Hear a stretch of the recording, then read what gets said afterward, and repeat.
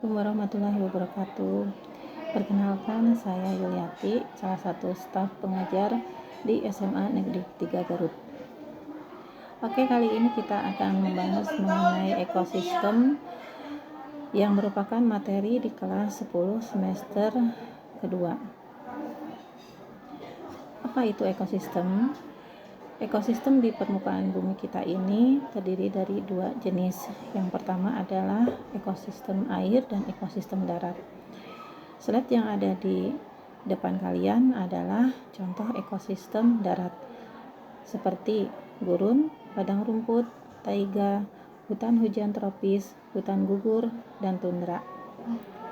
Dari keenam contoh ekosistem darat ini, mereka memiliki ciri khas masing-masing. Slide ini menampilkan tentang contoh ekosistem air. Contohnya seperti ekosistem laut dalam, ekosistem pantai, dan ekosistem buatan yang terdiri dari danau dan sungai. Ekosistem adalah suatu sistem yang terdiri dari komunitas beserta lingkungan abiotiknya yang memiliki ciri khas tertentu. Atau ekosistem adalah suatu sistem sebagai bentuk hasil interaksi antara komponen abiotik dengan komponen biotik yang disebut dengan komunitas. Apakah saja komponen-komponen penyusun ekosistem itu?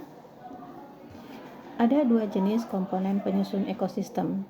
Yang pertama adalah komponen abiotik, yaitu semua komponen yang tidak hidup, seperti air, udara, suhu, kelembaban, dan sebagainya. Yang kedua adalah komponen biotik, yaitu semua komponen makhluk hidup. Contohnya adalah hewan, tumbuhan, bakteri, jamur, dan sebagainya. Coba kalian perhatikan gambar suatu ekosistem pada slide ini. Coba sebutkan masing-masing 8 contoh komponen abiotik dan biotik.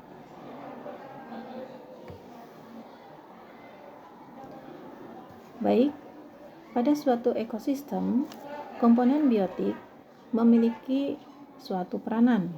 Ada 3 jenis peranan makhluk hidup pada suatu ekosistem yang disebut dengan nichia.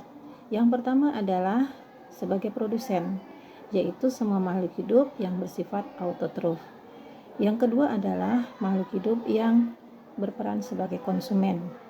Ada beberapa tingkatan berdasarkan jenis makanannya. Yang pertama adalah konsumen pertama yang disebut sebagai herbivora. Yang kedua adalah konsumen kedua adalah karnivora pertama. Yang ketiga konsumen ketiga sebagai karnivora kedua, dan seterusnya hingga pada konsumen puncak. Komponen biotik yang ketiga adalah berperan sebagai pengurai atau dekomposer. Mereka ini terdiri dari bakteri dan jamur. Selain komponen-komponen penyusun ekosistem, kedua komponen tadi dalam suatu ekosistem juga saling berinteraksi. Di sini kita akan menemukan ada 3 jenis interaksi. Yang pertama adalah interaksi antara komponen abiotik dan abiotik. Yang kedua adalah interaksi antara komponen biotik dan biotik yang biasa kita sebut dengan istilah simbiosis. Yang kedua adalah interaksi antara komponen abiotik dan biotik. Perhatikan gambar-gambar berikut ini, lalu tentukan interaksi apa yang terjadi.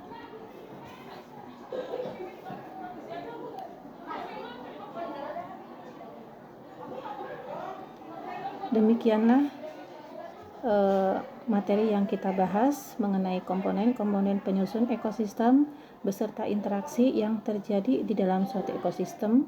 Semoga setelah kita mempelajari bahwa dalam suatu ekosistem terdiri dari 2 komponen, yaitu abiotik dan biotik, maka kita sebagai salah satu komponen biotik bisa menjaga ekosistem sekitar kita menjadi suatu ekosistem yang seimbang, sehingga ketiga interaksi, yaitu interaksi antara biotik dengan biotik, interaksi abiotik dengan abiotik, dan interaksi antara abiotik dengan biotik dapat berjalan sesuai dengan prosesnya. Terima kasih.